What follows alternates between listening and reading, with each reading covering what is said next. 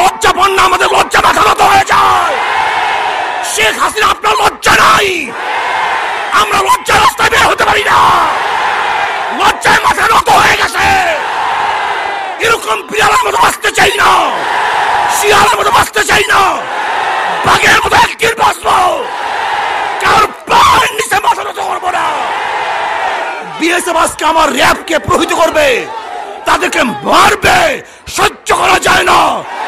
আমাদের যা কিছু আছে তা নিয়ে চাপিয়ে পড়তে হবে, ওদের বিরুদ্ধে আন্দোলন করতে হবে, সংগ্রাম করতে হবে। লজ্জায় মাথা নত হয়ে গেছে। আজকে র্যাবের পোশাক পরিহিত অবস্থায় বিএসএফ তাদেরকে মারবে, ওই ছবি দেখার পরে থেকে আমার ঘুম আসে না। আমি লজ্জিত, আমি শঙ্কিত, আমার খারাপ লাগতেছে। বেঁচে থেকে লাভটা কি? বেঁচে থেকে লাভ কি? যেখানে চীনের ওই দিকে সীমান্তে 50 বছরের মধ্যে একদিন ভারত একটা গুলি ছুড়ে নাই।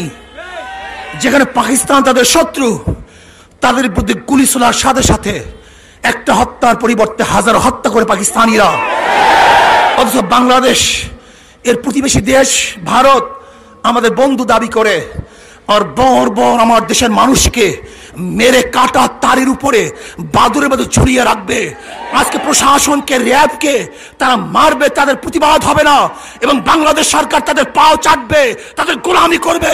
ওদের গোলামির জিনিস সিদ্ধ করতে হবে, বলতে হবে, সহ্য করা যায় না। প্রিয় ভাইয়ারা আমার, বাঁচবো তো বাঘের মতো একদিন বাঁচবো, ওই শ্রীগালের মতো 1000 বছর বেঁচে থাকার কোনো আশা আমাদের নাই। আমরা বাঁচতে চাই না, আমরা মরতে চাই, দেশের মাথা উঁচু করতে চাই, এই স্বাধীনতা রক্ষা করতে চাই, বাংলাদেশের সম্পদকে রক্ষা করতে চাই, এদেশের সমস্ত মানুষের জীবন মালকে এবং তাদের অধিকারকে রক্ষা করতে চাই।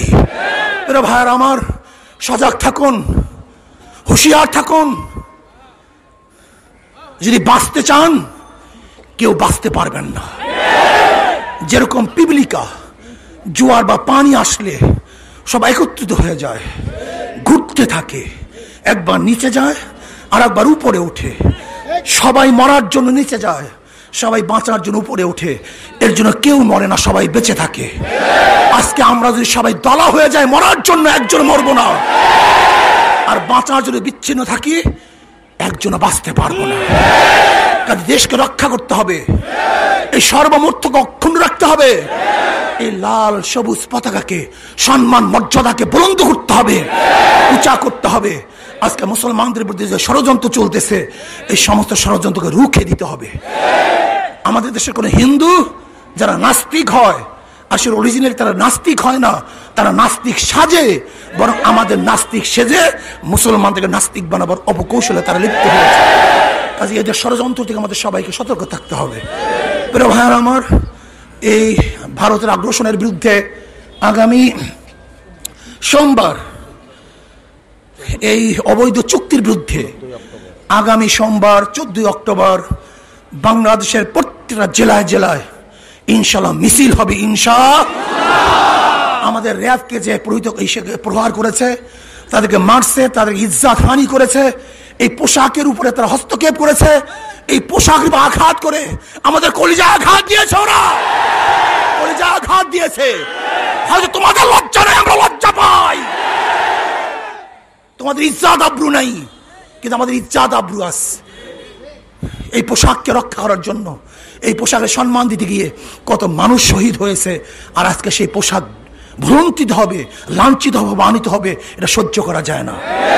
কাজে আগামী 14 তারিখ প্রত্যেকটা জেলায় জেলায় ইনশাআল্লাহ মিছিল হবে, এবং অচিরে ইনশাআল্লাহ আমরা আরো আন্দোলন ঘোষণা করব, এবং আবরার হত্যার প্রতিবাদে এবং তার জন্য বাংলাদেশের প্রত্যেকটা হেফজখানাকে বলবো, তারা যেন তার রুহের মাগফিরাতের জন্য, মসজিদ মাদ্রাসায় তারা যেন তাদের রুহের মাগফিরাতের জন্য কোরআন খতম করে এবং তার জন্য দোয়া করবে।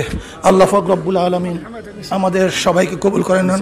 আর আজকে সবচেয়ে দুঃখের বিষয়, আমাদের মাওলানা হেমায়েতুদ্দিন ভাই আজকে 10:30টার সময় আমাদেরকে ত্যাগ করে দুনিয়া ছেড়ে চলে গেছেন। তার জন্য আমরা দোয়া করবো, ইন্না লিল্লাহি ওয়া ইন্না ইলাইহি রাজিউন। তার জানাজার নামাজ আসরের পরে